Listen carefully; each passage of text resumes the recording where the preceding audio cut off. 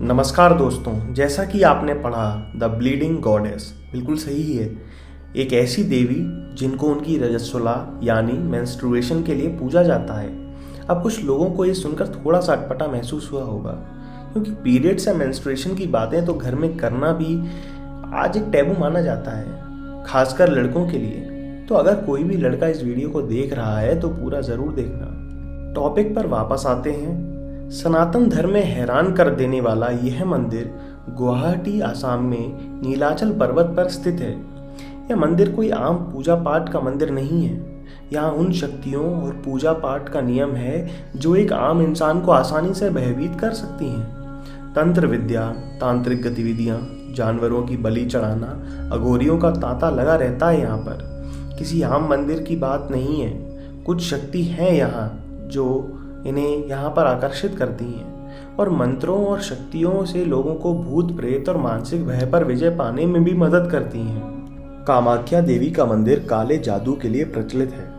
मंदिर कई बार काले जादू को निकालने और नियंत्रण रखने के लिए चर्चा में आ चुका है। पूजा विधि देश के अलग हिस्सों से आए साधु और अघोरियों के द्वारा की जाती है। ऐसा कोई भी खास कारण नहीं है कि यह मंदिर ही क्यों, पर कुछ एक रहस्यमयी शक्ति है यहाँ जो इन्हें यहाँ खींच लाती है, जो यह भी बताते हैं। सबसे खास समय साल का यहाँ अम्बुबाची मेले का होता है, जहाँ लाखों की तादाद में लोग आते हैं और तांत्रिकों की मदद मांगते हैं। इस समय जानवरों की बलि जैसे बकरी, कबूतर, भैंस की दी जाती है। नर जानवर की बलि दी जाती है। कहा जाता है कि यह रक्त देवी को खुश करने के लिए बहाया जाता है। अब देवी इस मान्यता से कितनी प्रसन्न होती हैं, यह तो एक चर्चा का विषय है। इसका कोई बड़ा प्रमाण नहीं है। कहा जाता है जो भी तांत्रिक विद्या सीखता है एक बार देवी कामाख्या के सामने अपनी प्रार्थना अर्पण जरूर करता है। यह मंदिर वशीकरण तंत्र के लिए भी जाना जाता है, जिसका इस्तेमाल लड़ाई झगड़ों को कम करने के लिए या कभी किसी को अपनी बात मनवाने के लिए किया जाता है। मंदिर का इतिहास क्या है? माँ सती के शरीर को खो देने के बाद जब महादेव ध्यान में खो गए थे, जब उनको वापस लाना लगभग नामुमकिन था, परंतु देवताओं पर अत्याचार करने वाले दानव को मारने के लिए शिव का ध्यान भंग करना आवश्यक था। और ऐसा ही एक दानव था तारकासुर। तारकासुर ने ब्रह्मा जी से यह वर प्राप्त किया था, आपकी सृष्टि में कोई भी पुरुष मेरे सामने बलवान ना हो और शिवजी से उत्पन्न पुत्र देवताओं का सेनापति बनकर जब मेरे ऊपर शस्त्र प्रहार करे तभी मेरी मृत्यु हो सकती है। इस वरदान को प्राप्त करके तारकासुर स्वयं इंद्र बन गया। सभी देवता अत्यंत दुखी होकर ब्रह्मा जी के पास गए। ब्रह्मा जी ने कहा तारकासुर को मारने का एक ही उपाय है कि पर्वतराज हिमाचल की पुत्री पार्वती का भगवान शंकर से विवाह हो जाए। लेकिन समस्या यह थी कि भगवान शंकर तपस्या में लीन थे। किस प्रकार उनकी तपस्या भंग की जाए?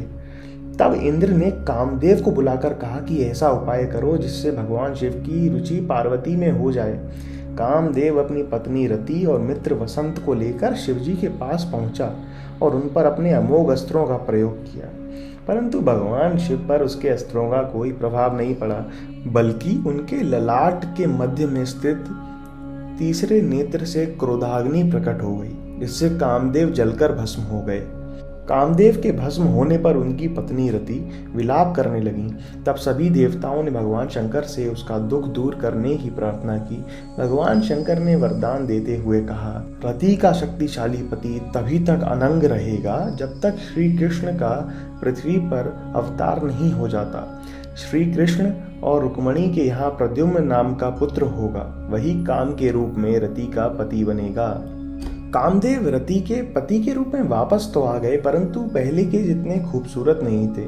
तब भगवान शिव ने उन्हें कहा कि देवी सती की योनि गुप्त रूप से नीलाचल पर्वत पर है, वहां जाकर एक भव्य मंदिर बनवाकर उनके नाम की स्थापना करवाओ। इसके बाद ही देवी तुम्हें तुम्हारी खोई हुई सुंदरता वापस दिलाएंगी।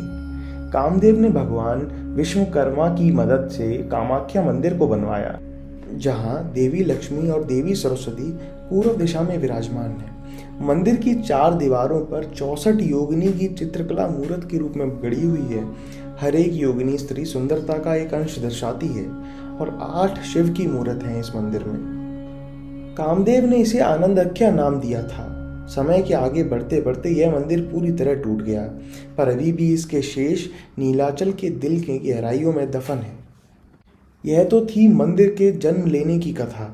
अब आगे बात करेंगे अगले वीडियो में कि कैसे इस मंदिर का धीरे धीरे करके नया रूपांतरण होता गया।